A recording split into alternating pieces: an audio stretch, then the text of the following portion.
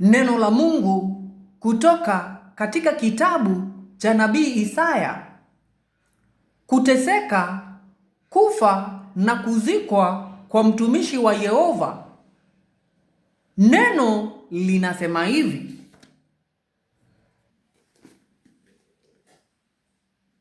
ni nani ambaye ameamini jambo alilosikia kutoka kwetu? Na mkono wa Yehova umefunuliwa kwa nani? Atapanda kama tawi mbele yake, kama mzizi kutoka katika nchi iliyokauka. Ana umbo la kifahari wala utukufu wowote, na tunapomwona sura yake haituvutii.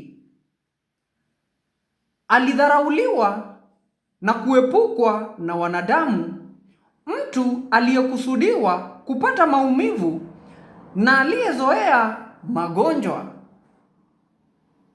Ilikuwa kana kwamba uso wake ulifichwa kutoka kwetu. Alidharauliwa, nasi tulimwona kuwa asiye na maana. Kwa kweli yeye mwenyewe aliyabeba magonjwa yetu na kujitwika maumivu yetu. Lakini tulimwona kama mtu aliyepata mapigo, aliyepigwa na Mungu na kuteswa.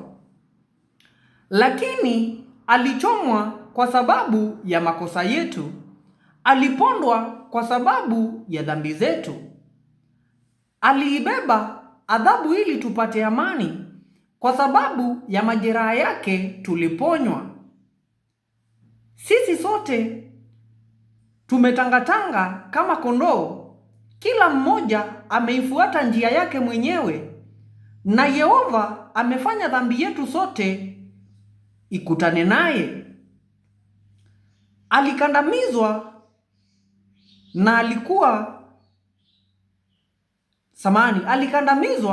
na alikubali kuteswa, lakini hakudhubutu kufungua kinywa chake. Aliletwa kama kondoo machinjioni, kama kondoo jike aliyekimya mbele ya wanaomkata manyoya, na hakudhubutu kufungua kinywa chake. Kwa sababu ya kizuizi na hukumu alichukuliwa. Na ni nani atakayejishughulisha na habari za kizazi chake? Kwa maana aliondolewa katika nchi ya walio hai, alipata pigo kwa sababu ya makosa ya watu wangu. Naye alipewa kaburi pamoja na waovu na pamoja na matajiri katika kifo chake, ingawa hakuwa amefanya kosa na hakukuwa na udanganyifu kinywani mwake. Lakini yalikuwa mapenzi ya Yehova kumponda, naye aliruhusu awe mgonjwa, akitoa uhai wake uwe dhabihu ya hatia.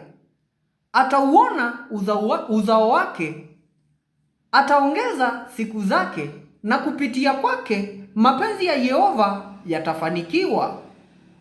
Kwa sababu ya mateso yake ataona na kuridhika.